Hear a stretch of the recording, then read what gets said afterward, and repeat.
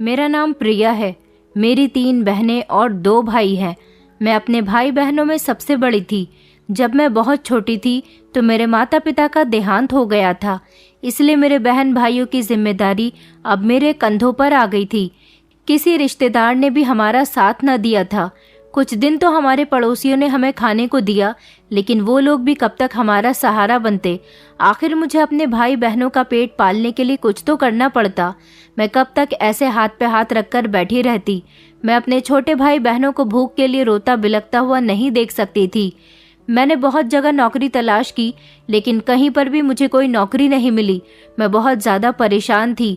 मुझे कुछ समझ में नहीं आ रहा था कि आखिर मैं क्या करूं जिससे मैं कुछ पैसे कमा सकूं और अपने भाई बहनों का पेट पाल सकूं। फिर एक दिन हमारे पड़ोस वाली आंटी हमारे लिए खाना लेकर आई। मैंने उनसे कहा कि आंटी, अगर आपकी नज़र में कोई नौकरी या कुछ काम है तो मुझे बताइए। मैं कुछ काम करके अपने भाई बहनों का पेट पालना चाहती हूँ। मैं नहीं चाहती कि मेरे भाई बहन दूसरों के आगे हाथ फैलाएं। उन्होंने मुझसे कहा कि बेटी, मैं किसी नौकरी को तो नहीं जानती, लेकिन मेरा बेटा जो टैक्सी चलाता था अब वो हमारे घर में ऐसे ही खड़ी रहती है, क्योंकि मेरे बेटे की नौकरी विदेश में लग गई तो वो वहाँ चला गया। अगर तुम चाहो तो वो टैक्सी चलाकर अपना गुजारा कर सकती हो। मैंने कहा, आंटी, मैं एक लड़की होकर टैक्सी कैसे चला सकती हूँ? उन्होंने कहा, बेटी, आजकल लड़कियाँ सब कुछ कर रही हैं, तुम्हें हिम्मत की ज़रूरत है। तुम हिम्मत करो और टैक्सी चलाओ। उससे जो भी पैसे कमाओगी तुम्हारे भाई बहन के और तुम्हारे काम आएंगे। मैं चाहती थी कि मुझे कोई नौकरी मिल जाए, लेकिन फिलहाल मुझे कोई नौकरी नहीं मिल रही थी, इसलिए मैंने टैक्सी चलाने का फैसला कर लिया।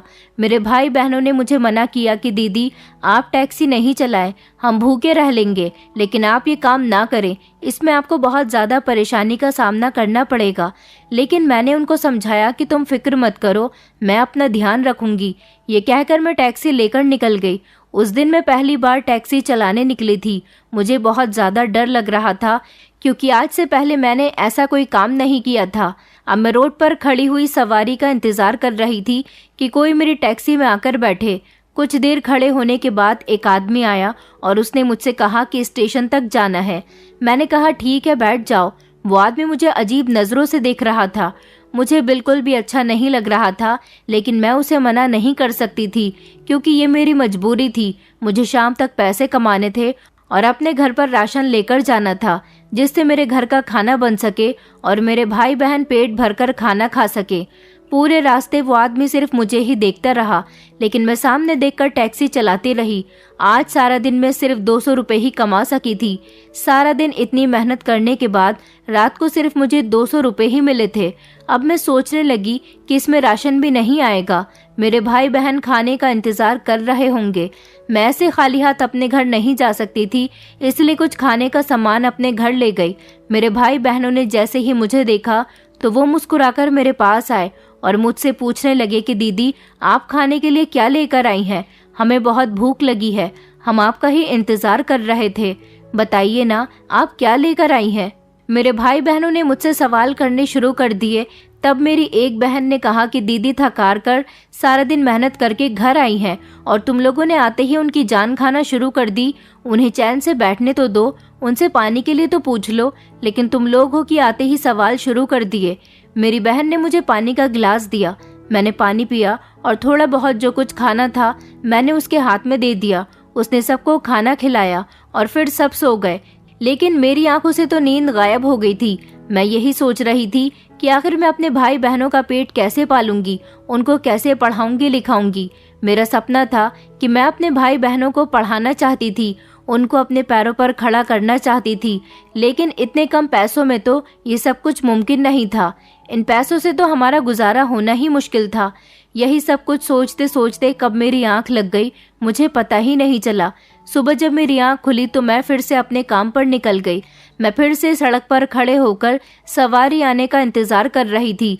ज्यादातर मेरी टैक्सी में आदमी ही बैठते थे और वो लोग मुझे खा जाने वाली नजरों से देखते थे। उन्हें लगता था कि मैं टैक्सी चला रही हूँ तो एक आवारा लड़की हूँ। मुझे ये सब कुछ अच्छा नहीं लगता था, लेकिन ये मेरी मजबूरी थी। मुझे ये काम करना ही था, क्योंकि इसके अलावा मेरे पास कुछ और काम नहीं था। रात हो गई थी, मेरा घर जाने का समय हो गया था, लेकिन मैंने सोचा क्यों ना कुछ देर और टैक्सी चला लूं, मेरे पास थोड़े और ज़्यादा पैसे हो जाएंगे तो अच्छा रहेगा। यही सोचकर मैं रोड पर खड़ी सवारी का इंतजार कर रही थी।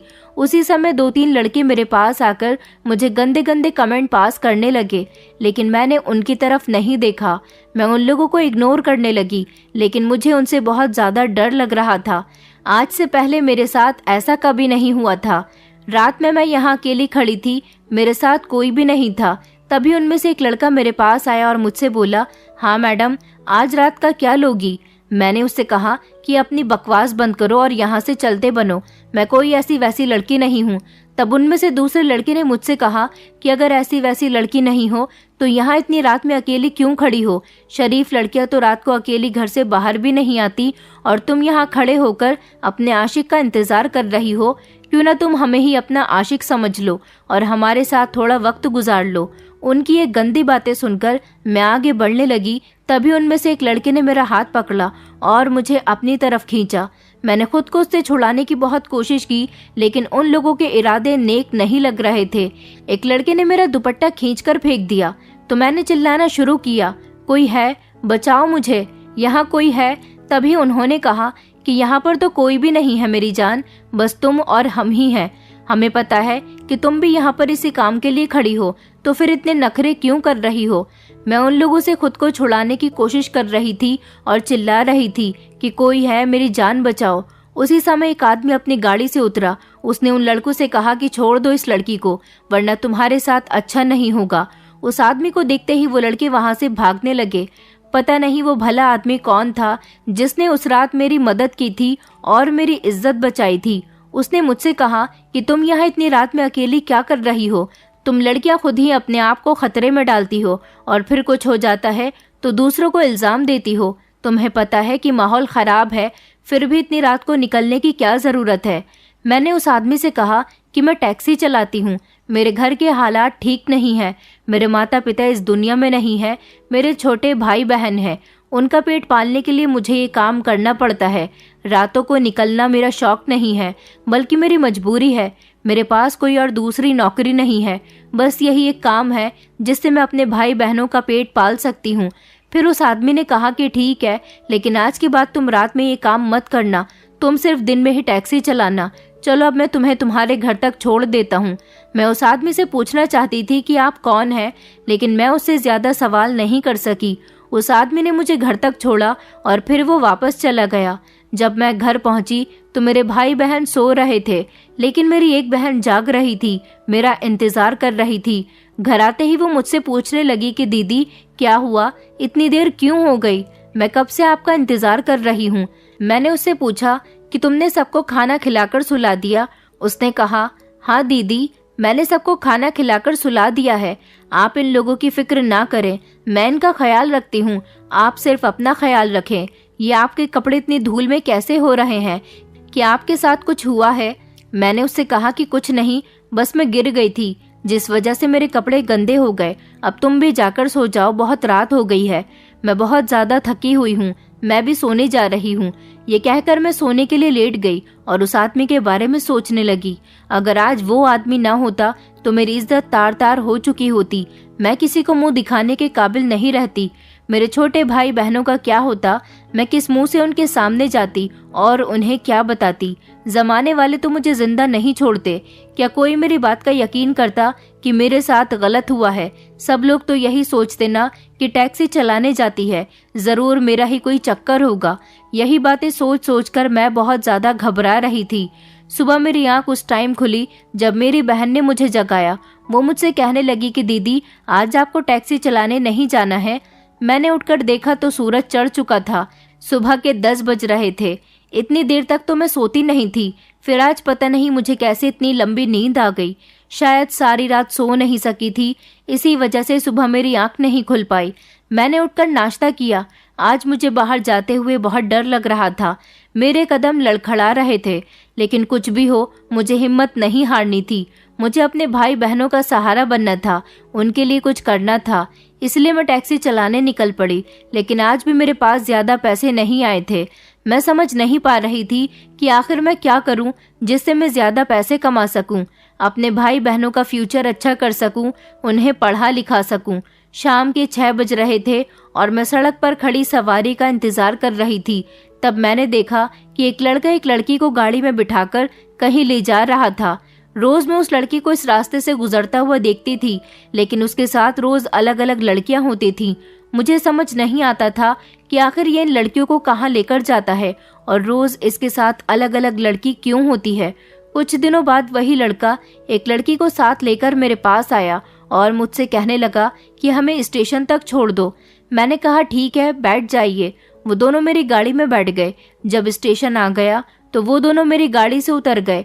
रास्ते में वो लड़का उस लड़की से प्यार भरी बातें कर रहा था, मंदिर में जाकर शादी करने की और एक दूसरे के साथ जीने मरने की कस्में खा रहे थे। मुझे लगा शायद ये लड़की अपने घर से भागकर आई है और इस लड़के के साथ शादी करने जा रही है। मैं सोच रही थी कि ये लोग किसी दूसरे शहर जा रहे हैं। जब वो लोग मेरी गाड़ी से उतरे तो वो लड़का स्टेशन के सामने बने कोठे की तरफ उस लड़की को लेकर जाने लगा। वो लड़की कहने लगी कि तुम इधर कहाँ जा रहे हो, हमें तो अपनी ट्रेन पकड़नी है। तब उस लड़के ने कहा कि कैसी ट्रेन, हम कहीं नहीं जा रहे, मैं तो तुम्हें इस कोठे पर बेचने के लिए आया हूँ, यहाँ मुझे तुम्हारे बहुत अच्छे पैसे मिलेंगे।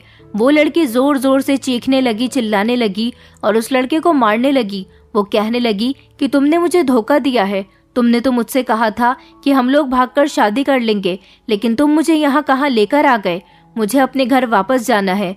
वो लड़का हंसकर कहने लगा कि यहाँ जो आ जाता है वो वापस लौटकर अपने घर नहीं जाता, और तुम लड़कियों का क्या भरोसा, जब तुम अपना घर और माँ बाप को छोड़कर एक अनजान लड़के के साथ आ सकती हो तो तुम तो किसी भी लड़के के साथ सो सकती हो, तो अब तुम्हें यहाँ पर रहने में क्या परेशानी है। मैं ये सब कुछ देख रही थी। मैंने सोचा कि उस लड़की की मदद करती हूँ। मैं अपनी गाड़ी से उतरी और उस लड़के से कहने लगी कि तुम इस लड़की को धोखे से यहाँ लाए हो, इसे अपने घर वापस जाने दो, वरना मैं पुलिस को सब कुछ बता दूंगी। वो लड़का कहने लगा ठीक है, ये लो मोबाइल और पुलिस को फोन कर दो, पुलिस हमारा कुछ नहीं बिगाड़ सकती, जो आदमी ये सारे काम करवाता है उसकी पहुंच बहुत ऊपर तक है, पुलिस उस पर हाथ डालने का सोच भी नहीं सकती। तुम्हारे लिए बेहतर यही होगा कि तुम अपने रास्ते जाओ, इस लड़की का क्या करना है वो मैं खुद देख लूंगा, अगर तुम बीच में पड़ी तो तुम्हारे साथ भी अच्छा नहीं होगा। मैं अकेली लड़की कुछ नहीं कर सकती थी, इसलिए उन लोगों को वहीं छोड़कर वापस अपने घर आ गई। मैंने सोचा कि कहीं मेरे साथ कुछ गलत न हो जाए, वैसे भी पहले मेरे साथ गलत होते होते बचा था, अब मैं कोई रिस्क लेना नहीं चाहती थी, क्योंकि मेरे घर पर भी मेरे छोटे भाई बहन थे। अगर मुझे कुछ हो जाता तो उनका सहारा कौन बनता। मैं चाहकर भी उस लड़की की मदद नहीं कर पाई थी। 2-3 दिन बाद फिर से वो लड़का मेरे पास आया और मुझसे कहने लगा कि हमें स्टेशन तक छोड़ दो। मैंने उसे साफ साफ मना कर दिया तो उसने मुझसे कहा कि तुम जितने पैसे चाहे ले लेना, लेकिन हमें स्टेशन तक छोड़ दो, रात का टाइम है, हमें कोई गाड़ी नहीं मिलेगी, इसलिए मैं तुमसे कह रहा हूँ तुम जितने चाहो उतने पैसे ले लेना। इस समय मुझे पैसों की बहुत ज़्यादा ज़रूरत थी, क्योंकि मेरे घर जो राशन था वो भी ख़त्म होने वाला था और मुझे अपने भाई बहनों का एडमिशन करवाना था। अगर मैं इस साल भी अपने भाई बहन का एडमिशन नहीं करवाती तो उनका पूरा साल बर्बाद हो जाता। मैंने उससे कहा ठीक है बैठो। मैंने उसे स्टेशन पर छोड़ दिया। उस लड़की ने मुझसे कहा कि तुम यहाँ बैठी रहो, मैं थोड़ी देर में आकर तुम्हें पैसे दे देता हूँ। वो लड़का 10 मिनट में बाहर आया और उसने मुझे 10,000 रुपए दे दिए। इतने पैसे देखकर तो मेरी आंखें खुली की खुली रह गईं। मैं कहने लगी कि इतने पैसे किस काम के, तुम मुझे इतने पैसे क्यों दे रहे हो। तब वो लड़का कहने लगा जो काम तुमने मेरे लिए किया है उस काम के इतने ही पैसे मिलते हैं, बल्कि ये तो कुछ भी नहीं है। अगर तुम इस काम में हमारा साथ दोगी तो तुम्हें बहुत सारे पैसे मिलेंगे, जिससे तुम अपनी सारी परेशानी दूर कर सकती हो और एक ऐशो आराम की जिंदगी जी सकती हो। सारा सारा दिन तुम सड़कों पर परेशान फिरती रहती हो, सवारियां ढूंढती रहती हो, तुम्हें इसकी भी जरूरत नहीं पड़ेगी। तुम आराम से अपनी जिंदगी जीना और अपने घर वालों को भी एक खुशहाल जिंदगी देना। मैंने उस लड़की से कहा कि मुझे क्या करना होगा। तब उसने मुझे बताया कि हमारा बहुत बड़ा गैंग है, हम लड़कियों को लाकर यहाँ पर बेचते हैं और यहाँ से लड़कियाँ विदेश जाती हैं। तुम्हारा बस इतना काम है कि हम तुम्हें जब भी बुलाएं तुम अपनी टैक्सी लेकर आ जाना और जहाँ पर हम कहें उन लड़कियों को छोड़ देना, इसके बदले तुम्हें बहुत सारे पैसे मिलेंगे। मैंने उससे कहा कि ठीक है, मैं सोच कर बता दूंगी। जब मैं घर गई तो इस बारे में सोचने लगी कि मुझे उन लोगों का साथ देना चाहिए या नहीं। मैं जानती थी कि ये काम बहुत ज़्यादा गलत है। मैं किसी लड़की की जिंदगी बर्बाद कर रही हूँ, लेकिन मैंने सोचा कि जब दुनिया वालों ने हमारे बारे में नहीं सोचा तो मैं क्यों दुनिया वालों के बारे में सोचूं। मैं वही काम करूंगी जिससे मुझे ज्यादा पैसा मिले। अगले दिन मैं उस लड़की के पास गई और मैंने उससे इस काम के लिए हाँ कर दी। अब दिन में तो मैं टैक्सी चलाती थी, लेकिन जब मेरे पास उस लड़के का फोन आता तो मैं चली जाती और लड़कियों को उस जगह पर छोड़ देती जहाँ वो लोग मुझसे कहते थे। पैसों के लालच में शायद मेरा ज़मीर मर चुका था। अब मेरे पास इतने पैसे हो गए थे कि मैं अपने भाई बहनों का एडमिशन एक अच्छे कॉलेज और स्कूल में करवा सकती थी। मेरे भाई को बाइक चाहिए थी, मैंने उसको वो भी लेकर दे दी थी। मेरी बहन ने मोबाइल मांगा, मैंने उसे वो भी दिला दिया। मेरे भाई बहन सब लोग बहुत ज़्यादा खुश थे। उन्हें देखकर मैं भी बहुत ज़्यादा खुश होती थी। मैं यही चाहती थी कि मेरे भाई बहन एक अच्छी ज़िंदगी गुजारे और आज वो उन्हें मिल रही थी। लेकिन जिस काम से मैं पैसे कमा रही थी, मैं नहीं जानती थी कि वो इतनी बुरी सूरत में मेरे सामने आएगा। मेरा भाई जितने पैसे मांगता मैं उसे दे देती थी। मुझे पता ही नहीं चला कि वो कब गलत संगत में पड़ गया। मैं पैसे कमाने के चक्कर में इतनी अंधी हो चुकी थी कि अपने भाई बहनों पर ध्यान ही नहीं दे सकी कि वो घर से बाहर क्या कर रहे हैं, वो मेरे कमाए हुए पैसे कहाँ खर्च करते हैं। मुझे इस बात से कोई मतलब नहीं था। वो जितने पैसे मुझसे मांगते थे मैं उन्हें दे देती थी। रोज जब मैं अपने घर आती तो मुझे ना मेरा भाई दिखाई देता और ना ही मेरी बहन। मेरी बहन अक्सर फोन पर बातें करती रहती थी। जब मैं उससे पूछती कि तुम किससे बातें कर रही हो तो वो कहती कि मैं अपनी दोस्त से बात कर रही हूँ। जब मैं उससे भाई के बारे में पूछती तो वो ये कहती कि भाई तो ज्यादातर बाहर ही रहता है, वो घर में कम ही आता है। अब तो वो खाना भी बाहर ही खाता है। मैंने सोचा चलो कोई बात नहीं, बेचारे ने इतना बुरा वक्त देखा है, अब उसके पास थोड़े पैसे हैं तो वो बाहर खाना खा लेगा या थोड़ा घूम फिर लेगा, तो इसमें क्या बुराई है। इसलिए मैंने इस बात को अपने दिमाग से निकाल दिया। एक दिन जब मैं एक लड़की को कोठे छोड़ने जा रही थी तब मुझे वही आदमी मिला जिसने मेरी इज्जत बचाई थी। उसने मेरा रास्ता रोक लिया। वो मुझसे कहने लगा कि मैंने गलत किया उस दिन तुम्हारी इज्जत बचाकर। मुझे तुमसे ये उम्मीद नहीं थी कि तुम खुद एक लड़की होकर इन लड़कियों का सौदा कर रही हो। तुम्हें शर्म नहीं आती। मैंने उससे कहा कि तुम्हें कैसे पता चला कि मैं क्या कर रही हूँ। उसने कहा कि मुझे सब पता रहता है कि कौन क्या कर रहा है। मैंने कहा आखिर तुम कौन हो। तो वो आदमी कहने लगा कि ये तो तुम्हें पता चल ही जाएगा कि मैं कौन हूँ, और जिस दिन तुम्हें पता चलेगा उस दिन तुम्हें अपने किए पर बहुत पछतावा होगा। मैं तुमसे अभी कहता हूँ कि तुम ये काम छोड़ दो, तुम्हारे लिए अच्छा होगा, वरना इस काम का अंजाम अच्छा नहीं होगा। तुम्हें इस काम की सजा मिलकर रहेगी। मैंने उससे कहा कि तुम होते कौन हो मुझे सजा दिलवाने वाले। मैं कुछ भी करूँ मेरी मर्जी। तुम किस हक से कह रहे हो कि मैं ये काम छोड़ दूँ। जब से मैंने ये काम करना शुरू किया है मैं अपने भाई बहनों को एक अच्छी जिंदगी दे रही हूँ। मैं ये काम नहीं छोड़ सकती, ये काम करना मेरी मजबूरी है। तब वो आदमी कहने लगा कि ये काम करना तुम्हारी मजबूरी नहीं बल्कि तुम्हें पैसों का लालच हो गया है। तुम ईमानदारी से काम करके भी अपने भाई बहनों को अच्छी जिंदगी दे सकती हो। मैंने उससे कहा कि मैंने भी ईमानदारी से काम करने का ही सोचा था, लेकिन उस काम में कुछ नहीं रखा। लोगों ने मेरी इज्जत पर हाथ डालने की कोशिश की। ईमानदारी से कमाकर मुझे क्या मिल रहा था। 2 टाइम की रोटी मैं अपने घर वालों को नहीं खिला पा रही थी, ना ही मैं उनको पढ़ा लिखा सकती थी। मैं नहीं चाहती थी कि कल को वो भी मेरी तरह ही सड़कों की धूल छाने या मेरी तरह टैक्सी चलाएं। मैं उन्हें एक कामयाब इंसान देखना चाहती हूँ जिसके लिए मुझे बहुत सारे पैसों की ज़रूरत है और मुझे पैसे सिर्फ इसी काम से मिल सकते हैं। तब उस आदमी ने मुझसे कहा कि तुमने गलत रास्ता चुन लिया, तुम अपना रास्ता बदल दो। तुम एक सीधी सादी शरीफ लड़की हो। मैं नहीं चाहता कि कल को तुम्हारे साथ कुछ गलत हो, इसीलिए तुम्हें समझा रहा हूँ। आगे तुम्हारी मर्जी, जो तुम चाहो वो करना। ये कहकर वो आदमी मेरे पास से चला गया। मैंने अपना काम पूरा कर दिया। आज जब मैं घर पहुंची तो मेरा भाई एक लड़की के साथ कमरे में बैठा हुआ था। उन दोनों के गले में वरमाला थी। मैंने भाई से पूछा कि ये लड़की कौन है और तुम्हारे गले में ये माला क्यों पड़ी है? तुम कहाँ से आ रहे हो? क्या तुम्हारे कॉलेज में कोई ड्रामा हुआ है जिसके लिए तुमने ये गेटअप लिया है?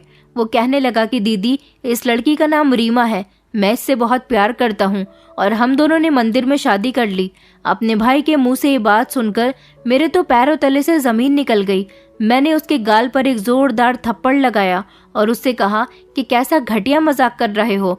आज के बाद अगर तुमने ऐसा मजाक किया तो मैं तुम्हें इस घर से निकाल दूंगी। उसने कहा कि दीदी, मैं कोई मजाक नहीं कर रहा हूँ, मैंने सच में इस लड़की से शादी कर ली है। मैं इस लड़की से प्यार करता था। ये बात इस लड़की के घर वालों को पता चल गई। उन्होंने इसको घर से निकाल दिया तो मैंने इससे शादी कर ली और उसे यहाँ लेकर आ गया। दीदी, आप प्लीज़ हमें इस घर में रख लीजिए। अगर आपने मुझे घर से निकाल दिया तो मैं कहाँ जाऊँगा। मैंने अपने भाई से कहा कि मैंने तुम्हारे लिए क्या क्या सपने देखे थे कि तुम पढ़ लिख कर अपनी बहनों का सहारा बनोगे, किसी मुकाम पर पहुंचोगे, अपने पैरों पर खड़े हो जाओगे, लेकिन तुमने तो सब कुछ मिट्टी में मिला दिया। मुझे तुमसे ये उम्मीद नहीं थी। मैंने तुम लोगों के लिए सारा दिन सारी रात मेहनत की ताकि तुम लोग कुछ बन सको, लेकिन तुमने तो मेरी सारी मेहनत पर पानी फेर दिया। तुम खुद तो कुछ कमाते नहीं हो, इसे कहाँ से खिलाओगे। मेरे कंधों पर तुम लोगों का बोझ कम है जो मैं इस लड़की को भी यहाँ पर रख लूँ। तुम इसको लेकर यहाँ से चले जाओ और अब तुम खुद कमाना और इसे खिलाना। जब तुम्हें पता चलेगा कि पैसे कमाना कितना मुश्किल काम होता है। मैं तुम्हारी शक्ल नहीं देखना चाहती, तुम मेरी नज़रों से दूर हो जाओ। अपने भाई को तो मैंने घर से निकाल दिया था, लेकिन मेरा दिल बहुत ज़्यादा बेचैन था। मैं जानती थी कि उसके पास कोई काम नहीं है, पता नहीं वो कैसे अपना गुजारा करेगा, लेकिन मैं और क्या करती। इसके अलावा मेरे पास कोई और चारा नहीं था। जब उसके ऊपर जिम्मेदारी पड़ेगी तभी तो वो खुद काम ढूंढेगा और मेहनत से काम करेगा। अगर मैं उसे यहाँ पर रख लेती तो उसे अपनी जिम्मेदारी का एहसास नहीं होता। वो हमेशा मेरे ऊपर ही पड़ा रहता। वो हमेशा मुझसे उम्मीद लगाता कि मैं उसे पैसे दूंगी और उसका खर्च उठाऊंगी। मैं आज बहुत ज़्यादा रोई थी क्योंकि अपने भाई की हरकत से मैं टूट चुकी थी। मुझे उससे बहुत ज़्यादा उम्मीदें थीं। खैर, जो भी हो, जो उसने कर दिया था अब उसे बदला तो नहीं जा सकता था। मैंने रोज़ की तरह अपने काम पर जाना शुरू कर दिया। अब मैं समझ गई थी कि मेरी दी हुई आज़ादी और पैसों का मेरे भाई बहन गलत फ़ायदा उठा रहे हैं। इसलिए मैंने अपनी बहन पर नज़रें रखना शुरू कर दी थी। एक दिन मैंने अपनी बहन को एक लड़के से फ़ोन पर बातें करते हुए सुना। मैंने अपनी बहन से पूछा कि ये कौन है, तो वो कहने लगी कि दीदी, मैं इस लड़के से प्यार करती हूँ और वो भी मुझसे बहुत ज़्यादा प्यार करता है। हम एक दूसरे से शादी करना चाहते हैं। अपनी बहन की बात सुनकर मुझे बहुत ज़्यादा अफसोस हुआ। मैंने उससे कहा, क्या मैंने तुम्हें इसीलिए मोबाइल दिलाया था कि तुम लड़कों से बातें करो? मैं तो सोचती थी कि तुम पढ़ाई करती हो, तुम अपने भाई की तरह नहीं हो, लेकिन तुम भी अपने भाई की तरह ही निकली। मैंने उसी समय उससे मोबाइल ले लिया और उससे कहा कि तुम अपनी पढ़ाई पर ध्यान दो, अभी तुम्हारी उम्र ये सब करने की नहीं है। तुम पढ़ लिख कर एक कामयाब इंसान बन जाओ, मैं खुद तुम्हारी शादी एक अच्छे इंसान से करवा दूंगी। लेकिन मेरी बहन तो उस लड़के के प्यार में पागल हो चुकी थी। उसे मेरी कोई बात समझ में नहीं आ रही थी। वो सारा दिन कमरे में बंद रहती, न कुछ खाती न कुछ पीती। उसकी ऐसी हालत देखकर मैं बहुत ज़्यादा परेशान हो गई थी। उसने मुझसे बात करना भी बंद कर दिया था। जिन भाई बहनों के लिए मैंने अपने बारे में नहीं सोचा, वो भाई बहन ही मेरे साथ ये सब कुछ कर रहे थे। जिस ग्रोह के लिए मैं काम करती थी, एक दिन उस लड़की की मेरे पास कॉल आई। उसने मुझसे कहा कि एक लड़की को अर्जेंट पहुंचाना है, तुम आ जाओ। मैंने कहा ठीक है, मैं अभी आती हूँ। मैं उसी जगह जाकर खड़ी हो गई जहाँ से मैं लड़कियों को अपनी टैक्सी में बिठाती थी। 5 मिनट मैंने वहाँ खड़े होकर इंतजार किया। उसके बाद एक लड़की उस लड़के के साथ आई और मेरी टैक्सी में बैठ गई। लेकिन उस लड़की का चेहरा स्कार्फ से ढका हुआ था, सिर्फ उसकी आंखें दिखाई दे रही थी। मैंने उसे गौर से देखा। वो लड़की बहुत ज्यादा सहमी हुई लग रही थी, लेकिन मुझे इन सब बातों से कोई मतलब नहीं था। मुझे तो सिर्फ अपना काम करना था। उस लड़के ने मुझसे कहा कि इस लड़की को हमारे ठिकाने तक पहुंचा दो। मैं उस लड़की को कोठे लेकर पहुंची। कोठे के बाहर मैंने अपनी गाड़ी रोक दी और उस लड़की से कहा कि उतर जाओ, तुम्हारी मंजिल आ गई है। उसने कहा कि आप मुझे कहाँ उतार रही हैं? मैंने कहा, जहाँ तुम्हारे आशिक ने कहा है, मैं वहीं तुम्हें छोड़ रही हूँ। उस लड़की ने मुझसे कहा, लेकिन उसने तो कहा था कि ये तुम्हें एक महफूज जगह पर छोड़ देगी और मैं 1 घंटे बाद आकर तुमसे शादी कर लूँगा। ये जगह तो मुझे बहुत अजीब सी लग रही है, मैं यहाँ पर नहीं रुकना चाहती, आप मुझे कहीं और छोड़ दें। मैंने उससे कहा, यहाँ जो लड़की आती है वो यही कहती है, और वो लड़का जो तुम्हारा आशिक था, जिसने तुमसे शादी का वादा किया था, वो हर लड़की के साथ ऐसा ही वादा करता है और फिर उस लड़की को यहाँ बेच देता है। और तुम लड़कियां ऐसे लड़कों के जाल में फंस जाती हो और अपनी जिंदगी खराब कर देती हो। तुम घर से भागने से पहले ये नहीं सोचती कि तुम्हारे परिवार वालों का क्या होगा, वो तुम्हारे बगैर कैसे रहेंगे। अब तुम्हारा ठिकाना यही है, तुम अंदर जाओ। उस लड़की ने मेरा हाथ पकड़ा और अपना चेहरा खोलकर दिखाया। जब मैंने उस लड़की को देखा तो मेरे सर पर पहाड़ टूट पड़ा। वो लड़की कोई और नहीं बल्कि मेरी बहन थी।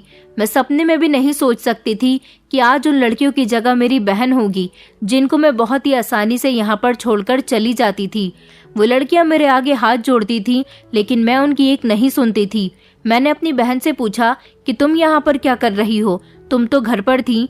उसने मुझसे कहा कि दीदी, ये वही लड़का है जिससे मैं प्यार करती थी। उसने मुझसे शादी का वादा किया था। जब आपने मुझसे मोबाइल ले लिया और मेरा घर से बाहर निकलना बंद कर दिया तो मैंने रात आपके फ़ोन से उसे फ़ोन कर दिया था और उससे कहा था कि मुझे आकर ले जाए। वो घर आया और मुझे ले गया। मुझे नहीं पता था कि ये लड़का मुझे धोखा दे रहा है। आप सही कहती थी दीदी। मैंने आपकी बात नहीं मानी और मैं आज इस जगह पर खड़ी हूँ। प्लीज़ दीदी, मेरी इज्जत बचा लीजिए, मुझे घर वापस ले जाइए। मैं हमेशा आपकी बात मानूंगी, आप जो कहेंगी मैं वही करूंगी। मैंने उससे कहा कि ठीक है, तुम गाड़ी में बैठो। मैं फौरन वहां से अपनी बहन को लेकर घर वापस आ गई। घर आने के बाद मैं उन सारी लड़कियों के बारे में सोचने लगी जिनको मैंने आज तक इस जगह पर पहुंचाया था। मैंने उन लड़कियों के साथ बहुत गलत किया था। उनकी जिंदगी बर्बाद करने में मेरा बहुत बड़ा हाथ था। जिन बहन भाइयों के लिए मैंने ये सब कुछ किया था, उन लोगों ने मेरे बारे में एक बार भी नहीं सोचा। मेरा पैसा कमाने का तरीका गलत था, शायद इसीलिए मेरे बहन भाइयों ने भी गलत तरीका अपना लिया। अगर मैंने ईमानदारी से पैसा कमाया होता तो मेरे बहन भाई आज सही रास्ते पर चलते। काश मैंने ज्यादा पैसे कमाने के चक्कर में गलत रास्ता ना चुना होता। मेरे भाई बहन आज जो भी कर रहे हैं वो सारी मेरी गलती है। मैंने बहुत सारी लड़कियों की जिंदगी बर्बाद कर दी। मैंने कभी सपने में भी नहीं सोचा था कि आज उस जगह पर मेरी अपनी बहन खड़ी होगी जहां मैंने हजारों लड़कियों को पहुंचाया। पता नहीं आज वो किस हाल में होंगी, उनके माँ बाप किस हाल में होंगे। शायद उन लोगों की बद्दुआ है जो आज मेरे साथ ये सब कुछ हुआ। भगवान प्लीज मुझे माफ कर दो, मुझे अपने किए पर बहुत ज्यादा पछतावा है। आज के बाद मैं कोई गलत काम नहीं करूंगी। मैं किसी लड़की को उस बर्बादी के रास्ते पर नहीं जाने दूंगी। मैं इन लोगों को बर्बाद करके रख दूंगी जो लड़कियों को खिलौना समझते हैं और उनकी जिंदगी से खिलवाड़ करते हैं।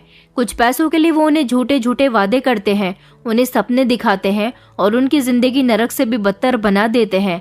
मैंने आज तक जिन लड़कियों के साथ भी गलत किया, मैं उनकी जिंदगी बचाकर रहूंगी। मैं खुद से वादा करती हूँ कि मैं इस गिरोह को पकड़वा कर रहूंगी। अब चाहे मुझे भूखे ही क्यों न रहना पड़े, लेकिन मैं गलत तरीके से पैसा नहीं कमाऊंगी। मैं ये सब बातें सोच ही रही थी कि अचानक मेरे दिमाग में उस आदमी का ख्याल आया जिसने मुझे समझाया था कि तुम ईमानदारी से काम करो। तुमने गलत रास्ता चुन लिया और इसमें तुम्हारा ही नुकसान होगा। उस आदमी ने बिल्कुल ठीक कहा था। अब मुझे उस आदमी को ढूंढना है क्योंकि मुझे उसकी बहुत ज्यादा जरूरत है। अगले दिन मैं उसी रास्ते पर खड़ी हो गई जहां वो आदमी मुझे अक्सर मिलता था, लेकिन वो आदमी मुझे बहुत टाइम से नहीं मिल रहा था। कुछ दिनों के इंतजार के बाद आखिर वो आदमी मुझे मिल ही गया। मैंने उसकी गाड़ी रोकी, उससे कहा कि मुझे तुमसे कुछ बात करनी है। वो आदमी मुझसे कहने लगा कि क्यों, तुम्हें मुझसे बात करने की क्या जरूरत पड़ गई। मैंने कहा कि प्लीज मुझे माफ कर दो, आपने जो कहा था वो ठीक कहा था। मैं गलत रास्ते पर चल पड़ी थी, लेकिन अब मेरी आंखें खुल चुकी हैं। अब मैं किसी लड़की की जिंदगी बर्बाद नहीं होने दूंगी, बल्कि मैंने खुद से वादा किया है कि मैं इस गिरोह को पकड़वा कर रहूंगी जो लड़कियों को बेचता है। मुझे इसमें आपकी मदद की जरूरत है। मैं आपके बारे में जानना चाहती हूँ कि आप कौन हैं। अक्सर आप इस रास्ते पर मुझे क्यों मिलते हैं जहाँ से वो लड़कियां कोठे तक पहुँचाई जाती हैं। फिर उस आदमी ने मुझे अपनी सच्चाई बताई। वो कहने लगा कि मैं एक पुलिस ऑफिसर हूँ। इन लड़कियों के बारे में मुझे पता है कि लड़कियां मासूम हैं, इन्हें फंसाकर बेचा जाता है, लेकिन ये गिरोह बहुत बड़ा है, इसके पीछे बहुत बड़े बड़े लोग हैं। मैं उस रास्ते पर हमेशा इसलिए खड़ा होता हूँ ताकि मुझे कोई सबूत मिल जाए और मैं इस गिरोह को पकड़ सकूं। मैंने कहा कि इस काम में मैं आपकी मदद करूंगी, इन लोगों को पकड़वाने में। उस आदमी ने मुझसे कहा कि ठीक है, जब उस लड़के की कॉल तुम्हारे पास आए जो तुमसे लड़कियां पहुंचवाता है तो मुझसे बात करना और बातों ही बातों में उसका अड्डा पूछना और जितनी इन्फॉर्मेशन उससे निकलवा सको निकलवाने की कोशिश करना। मैंने कहा ठीक है। इस बार जब उस लड़के का फोन मेरे पास आया तो मैंने उस लड़की से पूछा कि आपका अड्डा कहाँ पर है और आपके ग्रुप में कौन कौन से लोग हैं। उसने कहा कि तुम ये सारे सवाल मुझसे क्यों कर रही हो। मैंने कहा कि मुझे अब और ज्यादा पैसा कमाना है, इसलिए मैं सबके बारे में पूछ रही हूँ। ये तो छोटा सा काम है, लेकिन मैं और कुछ काम करना चाहती हूँ। मैं तुम्हारे ग्रुप के लोगों से मिलना चाहती हूँ। उसने कहा कि ये तो बहुत अच्छी बात है, अगर तुम ऐसा करोगी तो इससे हमारी बहुत मदद हो जाएगी। मैं तुम्हें अपने सारे साथियों से मिलवाऊंगा। मैं तुम्हें कल अपने अड्डे पर लेकर चलूंगा। ठीक 8 बजे तुम मुझे इसी जगह पर मिलना। मैंने कहा ठीक है। ये बात मैंने उस पुलिस ऑफिसर को बता दी। उन्होंने मुझसे कहा कि ये तो बहुत अच्छी बात है, अगर तुम वहां जाओगी तो हम उन लोगों को रंगे हाथ पकड़ सकते हैं। तुम उस लड़के के साथ जरूर जाना, तुम्हें डरने की जरूरत नहीं है। तुम अपना फोन ऑन रखना, मैं तुम्हारे पीछे ही रहूंगा। वो लड़का अगले दिन मुझे अपने साथियों से मिलवाने के लिए अपने अड्डे पर ले गया। वहाँ बहुत सारे लोग बैठे हुए थे। वो लोग मुझे बहुत ज्यादा अमीर लग रहे थे। वहाँ कुछ लड़कियां भी थीं। मौका पाकर मैंने उस ऑफिसर को कॉल कर दी। वो अपनी टीम के साथ इन लोगों के अड्डे पर पहुंच गया और इन सबको गिरफ्तार कर लिया गया। वहाँ जो लड़कियां थीं उनको उनके घर भेज दिया गया और जो लड़कियां ये लोग बेच चुके थे उनके बारे में पुलिस पूछताछ कर रही थी। जैसे जैसे जिस लड़की के बारे में पता चल रहा था, ये लोग उसको छुड़ाकर उसके घर भेज रहे थे। इन सारे लोगों को सजा हो चुकी थी। सजा की हकदार तो मैं भी थी, लेकिन मैंने इनको पकड़वाने में मदद की थी, इसलिए मुझे सजा नहीं हुई थी। अदालत ने मुझे जुर्माने के तौर पर 50,000 रुपये जमा करने के लिए कहा था। आज मैं बहुत ज्यादा खुश थी कि मैंने जितना पाप किया था उसका मैं प्रायश्चित कर चुकी थी। उस पुलिस ऑफिसर ने मुझे एक एनजीओ में नौकरी दिलवा दी थी। अब मैंने टैक्सी चलाना छोड़ दी थी। मैं एनजीओ में नौकरी कर रही थी और एक दिन मेरा भाई मुझसे मिलने के लिए आया। उसने मुझसे माफी मांगी तो मैंने उसे माफ कर दिया। अब उसकी भी नौकरी लग चुकी थी। वो अपनी पत्नी का खर्चा खुद उठा सकता था। मेरी बहन को भी अपने किए पर बहुत ज्यादा अफसोस था। उसने अपनी पढ़ाई पर बहुत ज्यादा ध्यान दिया था और वो पढ़ लिख कर डॉक्टर बनना चाहती थी। उसका ये सपना पूरा करने में मैं उसकी मदद कर रही थी। उस पुलिस ऑफिसर का नाम विनोद था। विनोद मुझे पसंद करने लगा था और मैं भी दिल ही दिल में उसे पसंद करती थी। एक दिन विनोद ने मुझे शादी के लिए प्रपोज किया तो मैंने हाँ कर दी, लेकिन मैंने उससे कहा कि मैं शादी के बाद भी नौकरी करना चाहती हूँ, क्योंकि मुझे अपने बहन भाइयों का ध्यान रखना है, उन्हें पढ़ाना है। विनोद ने कहा कि तुम फिक्र मत करो, तुम्हारे बहन भाई मेरे भी बहन भाई हैं, मैं उनका हमेशा ख्याल रखूंगा। कुछ दिनों बाद मेरी और विनोद की शादी हो गई थी। मैं विनोद के साथ बहुत ज्यादा खुश थी। दोस्तों, उम्मीद करती हूँ आपको हमारी कहानी पसंद आई होगी। कहानी पसंद आई है तो वीडियो को लाइक करें, चैनल पर नए हैं तो चैनल को सब्सक्राइब करें और हाँ, नोटिफिकेशन बेल को जरूर दबाएं ताकि अगली अपडेट सबसे पहले आपको मिले।